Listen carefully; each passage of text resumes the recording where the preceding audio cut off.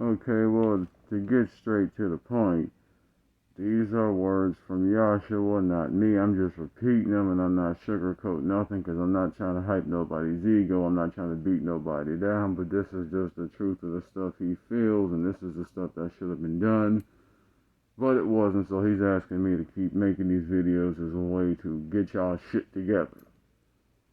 So anyway, speaking to him, he starts venting to me about he don't like how the church is formed. He don't like how it turned out. He don't have nothing to do with it. But at least if you're going to be open as a church and you say you represent who I am, spirit and truth, I don't know how y'all can't handle the truth when y'all claim that y'all love me and I am the truth.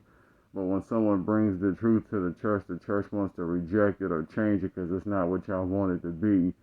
And y'all think because you change the truth is going to change. That's not how it works. When something is written a certain way, that's the way it's written. I don't care if you try to rewrite it 1,000 times. Murder is still wrong. Rape is still wrong. Cheating is still wrong. Lying is still wrong. Even though the purpose for why you may do most of it is understandable because something was probably done to you to cause you to do it, but it's still wrong. So you can try to change the truth, but the truth is never going to change. Second thing, he never told y'all in the church to be hating women or children or belittling a woman or a child. Never told you to be doing that. He never said that a man was higher than a woman or a woman was higher than a man. Both are equal. Both are the same. Both experience the same pain. He don't know why y'all keep teaching this stuff. None of that stuff is true. He never said to be hating anyone for any purpose. Didn't say that. Next thing. The pastors of the church, y'all say that y'all are truly his followers. Well, here's how you know you're not, because his true followers don't teach for money. His true followers teach for the satisfaction that they know someone who they're teaching the truth to is being made better, and they don't teach for money. Because they know their reward is in heaven, not down here. That money don't mean nothing because it don't last. True followers, they teach for free, and they teach for the fun of knowing that someone else is being made better, and a lot of them may pass away poor physically but rich spiritually. So a lot of y'all teachers who claim y'all following the Father but you're getting paid to do it, I'm not saying that you don't follow him, but the last time I checked, money is not supposed to be your motive. Truth is. Making someone better as a human, that's supposed to be that. But unfortunately, a lot of y'all prefer money over truth, so yeah. What was the other stuff? Oh yeah. And for them people who claim that you're not supposed to celebrate you're not supposed to celebrate human birthdays because it's a sin, because no human life matters in the sight of God. That's a sin to celebrate a human being born, because technically we're all born as sinners and we all do no good. Something like that. Here's the truth behind that.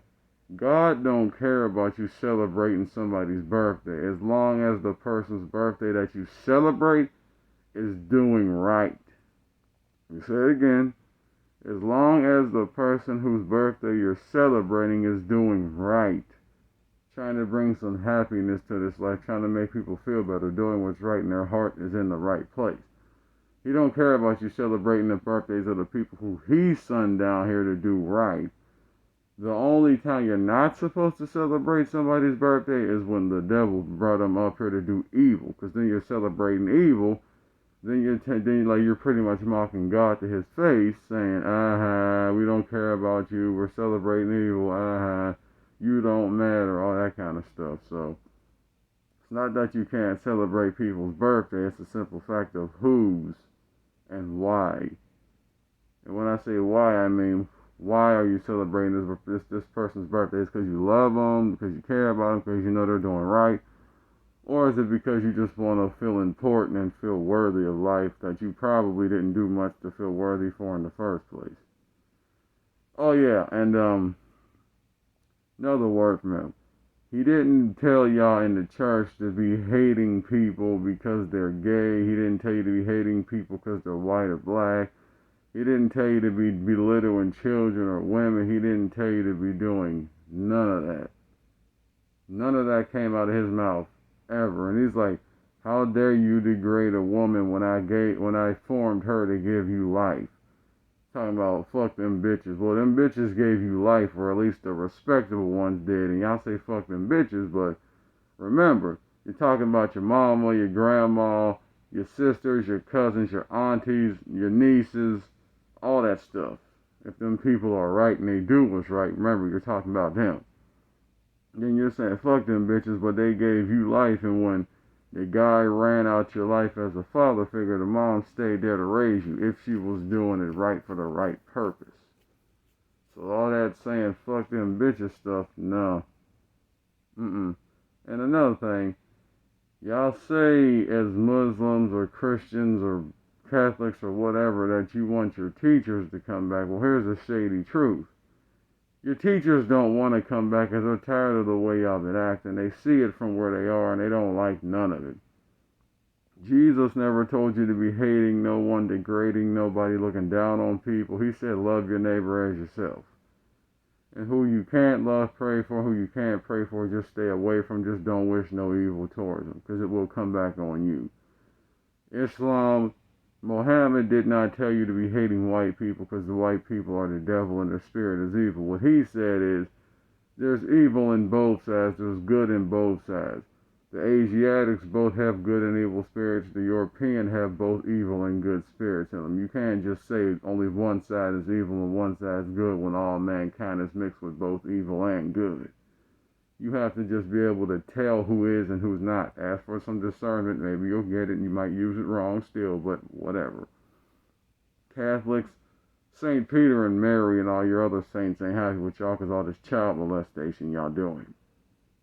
Then y'all like the richest religion on earth and won't help the homeless. But y'all got all these big, magnificent, glorious churches, and y'all got these leather fucking sandals and these, I don't know what your robes are made out of, but y'all wear some of the most expensive stuff.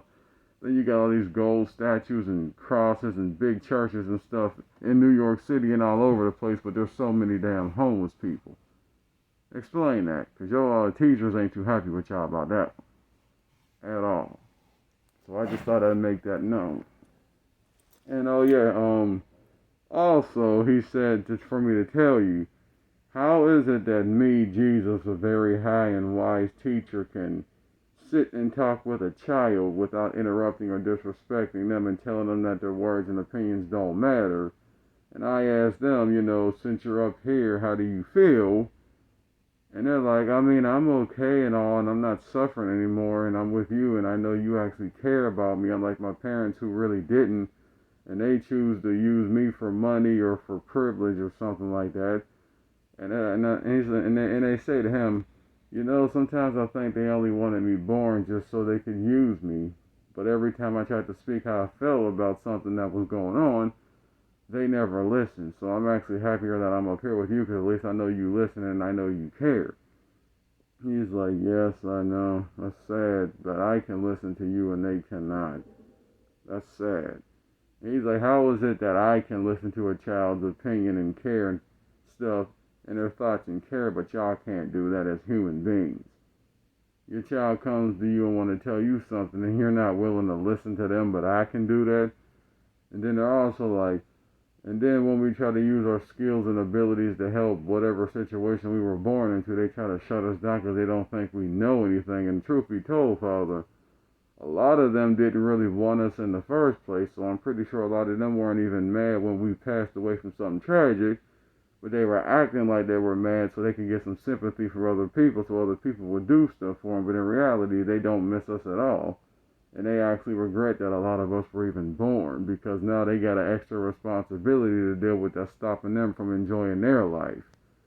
And they're just like, we really don't even care anymore. We're up here. We're not even worried about it. But we're highly aware that they didn't want us in the first place because they treated us like they didn't want us, and then they think we're not receptive to the fact that they actually didn't. He's like, yeah, I know. So he's just like, just ask them grown people on earth, how is it that I, Jesus, can talk to a child, sit in the field and speak to them and show them that their opinions and their feelings and their words matter, but a human on earth can't do that? Explain that to me. I'm kind of curious. Y'all claim y'all follow me. Y'all claim y'all spirits are close to mine, but when it comes time to show it, y'all fail. And y'all tell a child they don't know nothing. Who are you to tell a child what they don't know?